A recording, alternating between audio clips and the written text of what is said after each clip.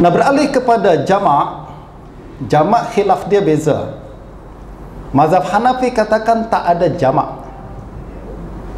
Tak ada jamak. Jadi kita tak boleh menjamak solat. Yang boleh adalah solat zuhur pada waktu zuhur, solat asar pada waktu asar. Tak ada kita bawa solat asar ke zuhur, solat zuhur ke asar. Itu mazhab Hanafi. Tak ada jamak. Tapi mazhab Syafi'i dan jumhur berkatakan ada jamak. Justru kita boleh menjamak zuhur dan asar, sama ada jamak takdim ataupun jamak takhir. Betul tak? Nah, ini perbezaan ulama dalam perkara ini. Akan tetapi empat mazhab sepakat kalau tak boleh, kalau tak ada uzur, tak boleh kita jamak. Misalkan kita saja di rumah PKP Ustaz 2 tahun, boleh tak saya jamak solat saya di rumah? Awak musafir ke? Tak.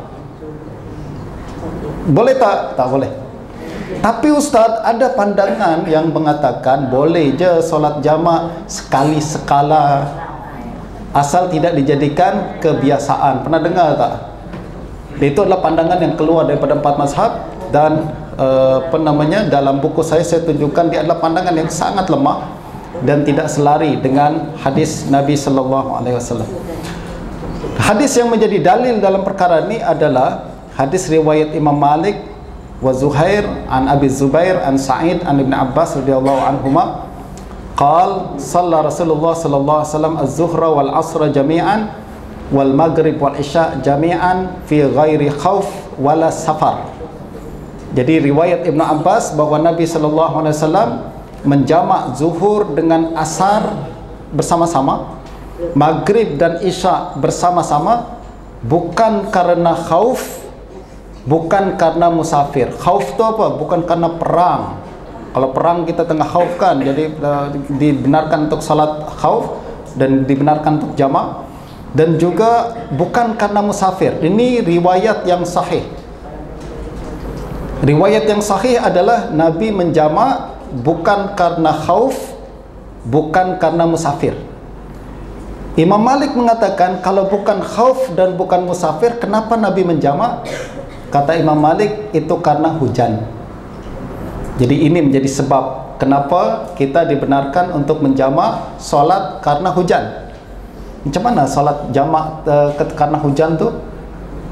Ini untuk orang yang solat di masjid, bukan kita di rumah. Alhamdulillah hujan, boleh jamak.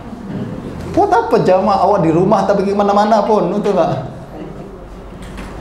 Ini maksudnya untuk orang yang pergi ke masjid, ulang-alik ke masjid, lalu kemudian kalau hujan dia akan basah dan menyusahkan diri dia untuk berpulang pergi ke masjid. Justru dia dibenarkan kalau dia datang ke masjid pada waktu maghrib misalkan, lalu hujan lebat, dia boleh jamak dengan isyak sekali agar dia boleh balik ketika waktu isyak, tak payah datang lagi ke masjid. Ini untuk zaman dahulu, orang yang hujan lebat dan kendaraan pun tak macam kita pada hari ini kan. Jadi dibenarkan mereka untuk melakukan perkara tersebut. Nah, ini riwayat yang sahih. Adapun riwayat yang mengatakan bahwa Nabi sallallahu alaihi wasallam, ada tambahan lagi bahwa Nabi sallallahu alaihi wasallam menjamak bukan karena khauf dan juga bukan karena hujan, itu adalah riwayat lemah. Jadi ada riwayat yang mengatakan bukan karena khauf, bukan karena musafir, tapi riwayat ini mengatakan bukan karena khauf dan bukan juga karena hujan. Nah, ulama yang kalangan yang melihat bahwa riwayat ini dua-dua sahih, dia mengatakan maknanya kita himpun 3 sebab ini sekaligus. Nabi menjamak bukan karena khauf, bukan karena musafir, bukan karena hujan. Apa tu sebabnya kalau begitu? Hajat biasalah. Kalau ada keperluan apa-apa, sesakan tidak boleh jadikan kebiasaan, boleh awak menjamak. Dan inilah pandangan yang keluar daripada 4 mazhab sekali. Dan Imam Tirmizi menyebutkan dalam kitab Sunan bahwa menjamak solat tanpa sebab minal kabair, termasuk dosa yang cukup besar. Justru kita kena faham ilmu hadis dengan baik agar tidak keluar dari pandangan-pandangan yang muktamad dalam mazhab. Nah, riwayat yang mengatakan yang sahih itu adalah riwayat Imam Malik. Kalau saya tak nampak di sini ya, saya boleh tunjukkan dalam slide tu bahawa riwayat yang sahih adalah riwayat Imam Malik dan Ahlul Madinah yang menyebutkan lafaz min ghairi khauf wala safar, tu yang betul. Sedangkan riwayat yang menyebutkan min ghairi khauf wala matar adalah riwayat daripada Ahlul Iraq. Ahlul Iraq adalah kalangan di Iraq yang sama-sama juga meriwayatkan daripada Sa'id ibn Jubair. Akan tapi riwayat ni kata Imam Ibn Khuzaimah adalah riwayat yang galat, adalah riwayat yang salah ya, dan riwayat juga menurut Imam Ibn Khuzaimah bertentangan dengan ijma'.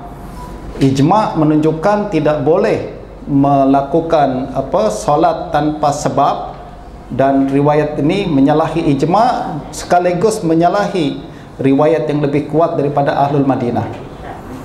Imam Baihaqi dalam kitab Sunan juga mengatakan kenapa Imam Bukhari tidak meriwayatkan hadis ni, karena terdapat kesilapan di dalam sanadnya. Jadi dua ulama besar mengatakan bahawa riwayat tersebut silap, justru tak boleh dijadikan sebagai rujukan di dalam penetapan hukum.